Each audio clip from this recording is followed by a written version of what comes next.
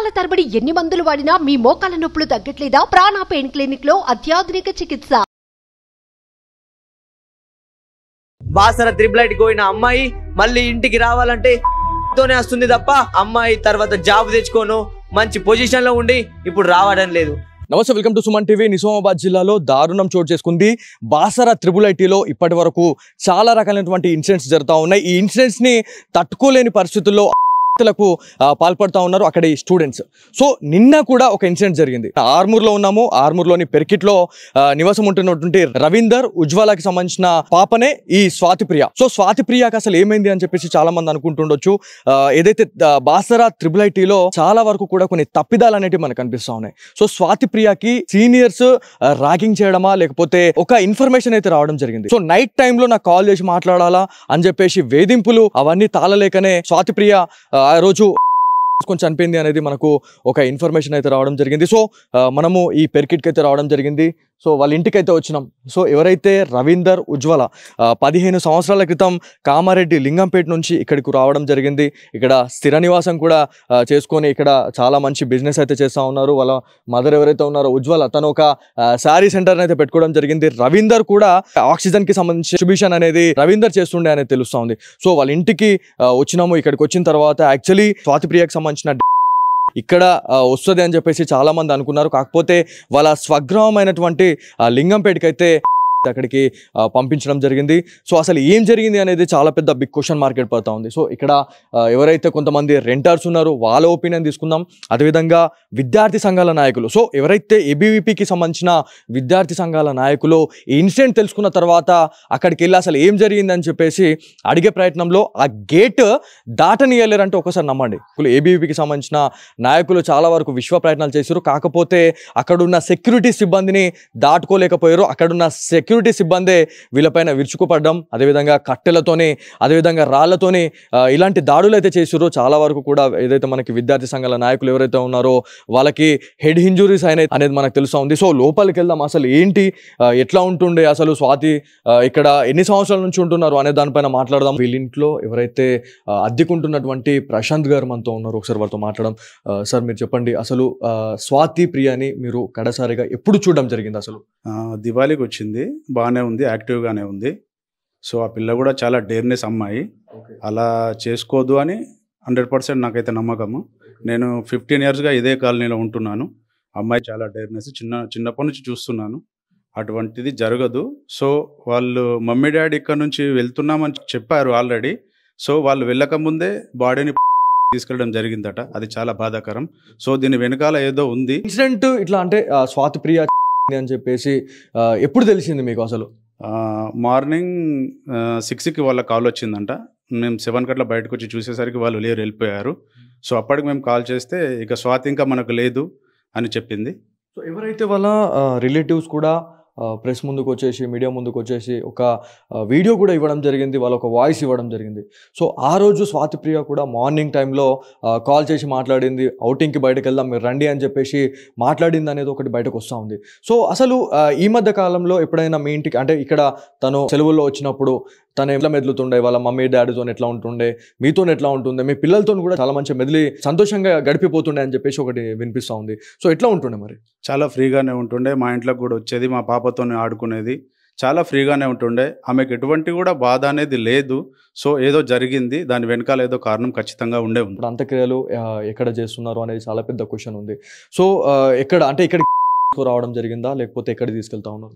అక్కడ నుండి post mortem అయిన తర్వాత వాళ్ళ సొంతూరుకి కామారెడ్డి లింగంపేటకి తీసుకెళ్ళడం జరిగింది. అంతా కూడా ఇది ఒక పక్క ప్లాన్తోని స్వాతిప్రియ అయితే స్వాతిప్రియ గురించి మాట్లాడుకుంటే చాలా ఏళ్ళుగా మేము చూస్తున్నాం, దాదాపు 15 సంవత్సరాలుగా మేము చూస్తున్నాము స్వాతిప్రియ. ఒకవేళ ఇట్లాంటి ఏమైనా సిచ్యువేషన్ వచ్చినా కూడా తను ఎదుర్కొనే సత్తా అయితే స్వాతిప్రియకు ఉంది. కాకపోతే ఏదో వాంటెడ్లీ చేసిరు అనేది మనకు క్లియర్గా తెలుస్తుంది. సో ఇక్కడ ఆర్మూర్కి వచ్చిన తర్వాత మనం పెర్కిట్కి వచ్చినాం. పెర్కిట్లో చాలా వరకు కూడా చాలా మందితో మాట్లాడినాం. బాసర త్రిబులైటీకి సంబంధించి మాట్లాడుకుంటే ఇప్పటికే 27 మంది ఆత్మహత్య చేసుకొని అంటే దీని వెనుక ఎంతమంది అరాచకాలు, ఎంతమంది టార్చర్ ఉండుంటే చేసుకొని చచ్చిపో అనేది ఖచ్చితంగా మనము అడగాల్సిన అవసరం ఎంతైనా ఉంది. సో ఎవరైతే నిన్న ఏబీవీపీ నాయకులు కూడా అక్కడ స్వాతి తర్వాత ఆ ఇన్సిడెంట్ తెలుసుకున్న తర్వాత విద్యార్థి సంఘ నాయకులు అక్కడికి వెళ్ళి అసలు ఏమైంది అని చెప్పేసి మాట్లాడదామంటే కూడా వాళ్ళని లోపలికి ఎంట్రీ ఇవ్వలే.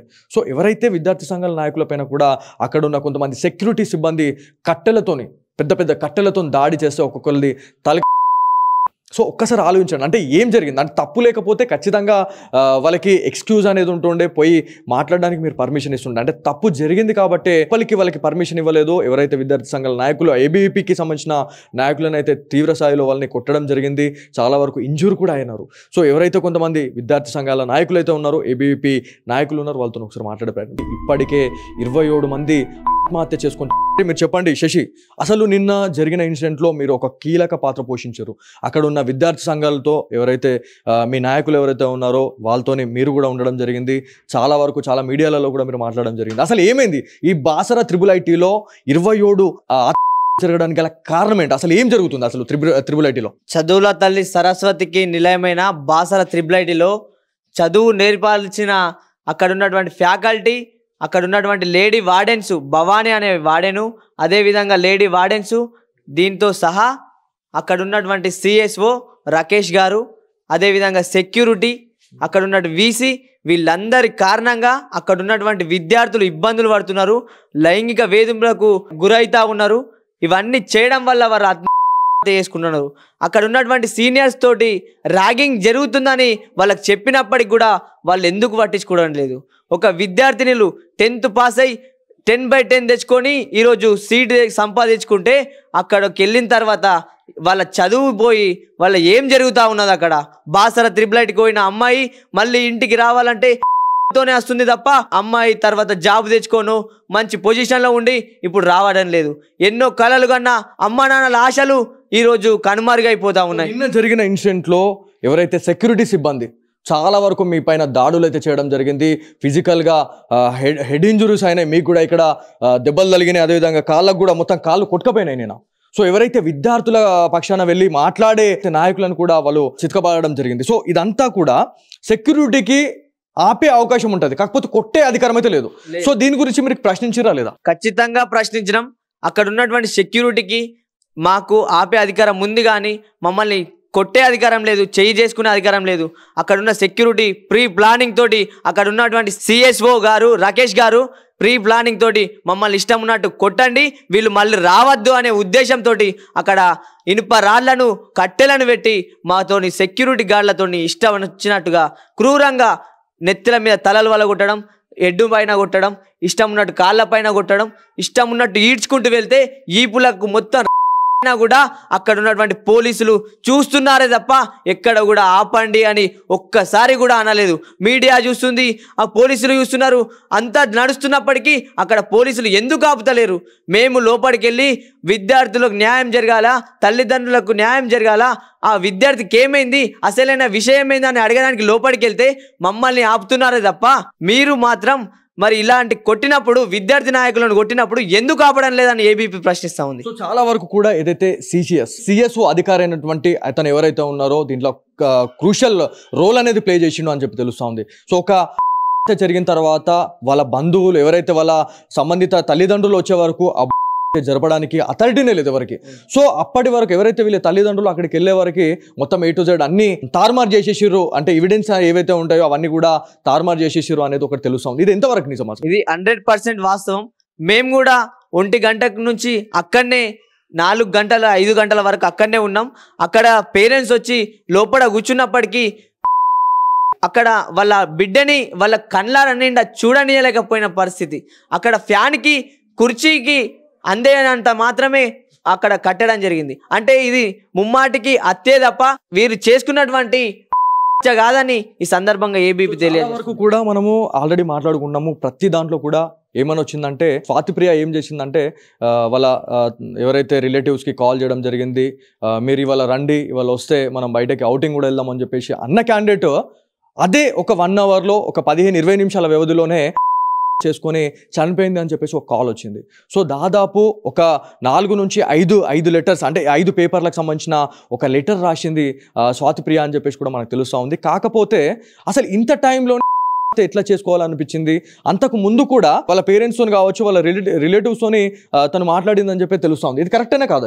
ఇది ఇంటి వాళ్ళతోటి సంతోషంగా, అమ్మ నేను బాగున్నా, మీరు సండే రోజు రండి, మేము టూర్కి వెళ్దాం అని చెప్పిన స్వాతిప్రియ అప్పటిదప్పుడే ఏ విధంగా చేసుకుంటుంది.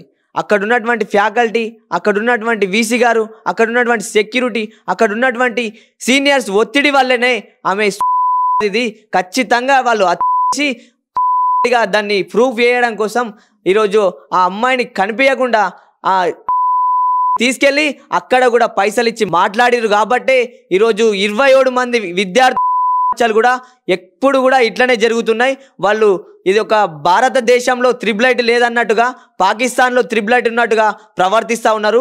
ఆ సెక్యూరిటీల చేతుల, ఆ వీసీల చేతుల, ఆ సిఎస్ఓల చేతుల మాత్రమే ఇది నడుస్తూ ఉన్నది.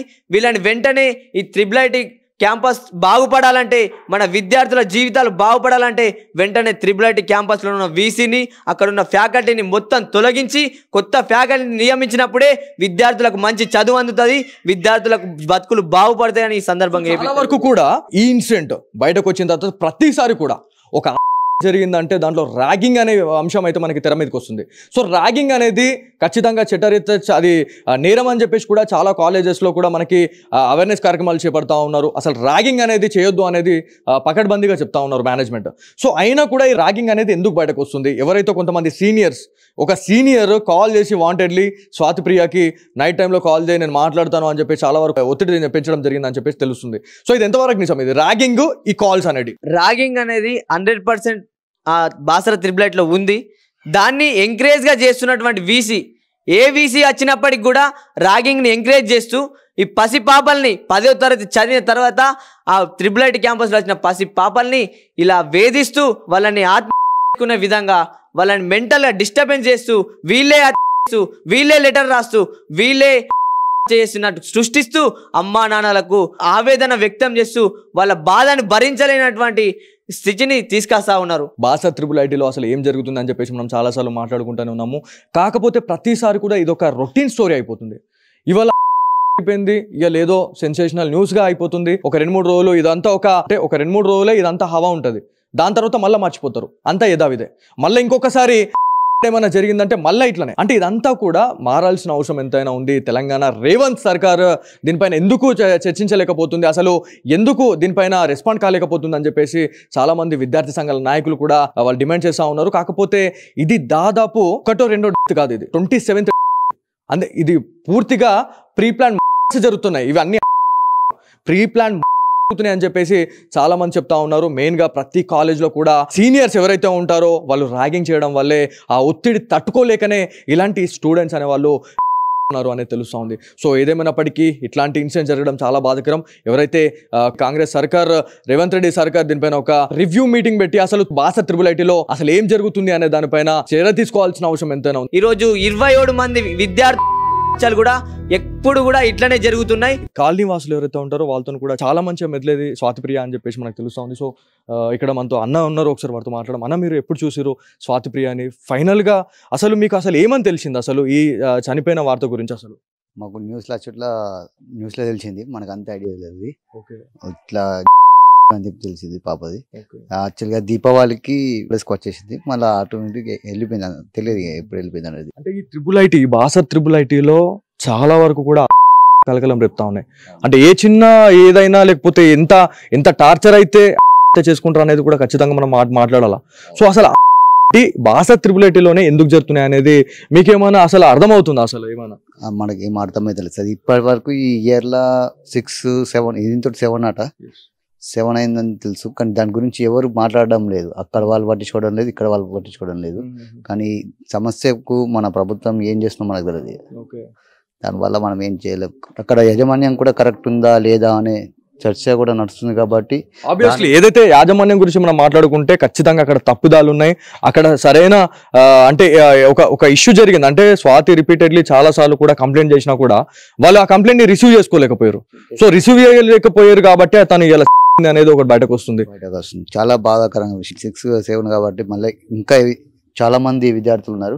వాళ్ళకి ఇట్లాంటిది కలగకుండా ముందే ఈ చర్య తీసుకోవాలి పెద్దలు. నాకు ఇంకా వేరే వాళ్ళు కూడా ఉన్నారు ఇక్కడ. అంటే స్వాతిప్రియకి సంబంధించిన ఇంటి పరిసర ప్రాంగాల్లోనే చాలా వరకు ఇక్కడ రెంటర్స్ అయితే ఉంటున్నారు. ఎట్లా ఉంటది అసలు స్వాతి ఎట్లా ఉంటుండే అమ్మ మీరు మీ దగ్గరకు వచ్చిన తర్వాత, అంటే ఇంటికి వచ్చిన తర్వాత సెలవుల్లో కూడా వస్తుంటుండే, ఎట్లా ఉంటుండే ఆమె? మంచిగా ఉంటుండే సారు. ఆమె బాగా మంచిది. మా పిల్ల అబద్ధం ఆడద్దు. అసలు ఏమని తెలిసిందమ్మా మీకు చనిపోయింది అని చెప్పి తెలిసిన తర్వాత? అసలు ఏమైంది అని తెలిసింది. నేను లేను ఊరికైనా నాకు ఫోన్ చేసి చెప్పి నేను సాయంత్రం 7 గంటలకు వచ్చిన. నాకు వచ్చింది అంటే అక్కడ నాకు అక్కడ నుంచి వచ్చిన తర్వాత అందరికి తెలిసిపోయింది. అంటే వీళ్ళు ఇప్పుడు ఎవరైతే ఇప్పుడు మన రవీందర్ కావచ్చు, ఉజ్వల వాళ్ళ ఫ్యామిలీ మెంబర్స్ అంతా ఎట్లా ఉంటుండే మరి? మంచిగా ఉంటుండ్రు వాళ్ళు. ఉజ్వల రవి అనటంలో మంచిగా ఉంటుండ్రు. అబద్ధం ఎందుకు? వాళ్ళ పిల్లలు వాళ్ళు ఎట్లా చదువుకుంటున్నారో ఎట్లుంటారో వాళ్ళు మంచిగా ఉంటుండ్రు. అబద్ధం ఆడద్దు. ఇది యాక్చువల్లీ ఇక్కడ స్వాతిప్రియకి సంబంధించిన ఇంటి దగ్గర ఇక్కడ ఎవరిని అడిగినా కూడా స్వాతి గురించి చాలా మంచిగా మాట్లాడుతూనే ఉన్నారు. అంటే వాళ్ళ ఫ్యామిలీ మెంబర్స్ కూడా చాలా మంచి క్యాండిడేట్లు వాళ్ళు. సో వాళ్ళ ఇంట్లోనే ఇట్లాంటి విషాద ఘటన చోటు చేసుకోవడం అనేది చాలా బాధాకరం అని చెప్పేసి మనకి ఇక్కడ స్థానికులు అయితే చెప్పడం జరుగుతా ఉంది. సో ఇది ఇక్కడ ఉన్న తాజా పరిస్థితి. కెమెరా పర్సన్ కార్తిక్ తో బాలు, సుమన్ టీవీ, ఆర్మూర్ నుంచి. సుమన్ టీవీలో మీ పర్సనల్ అండ్ బిజినెస్ ప్రమోషన్స్ కోసం కింది నెంబర్ కి కాంటాక్ట్ చేయండి.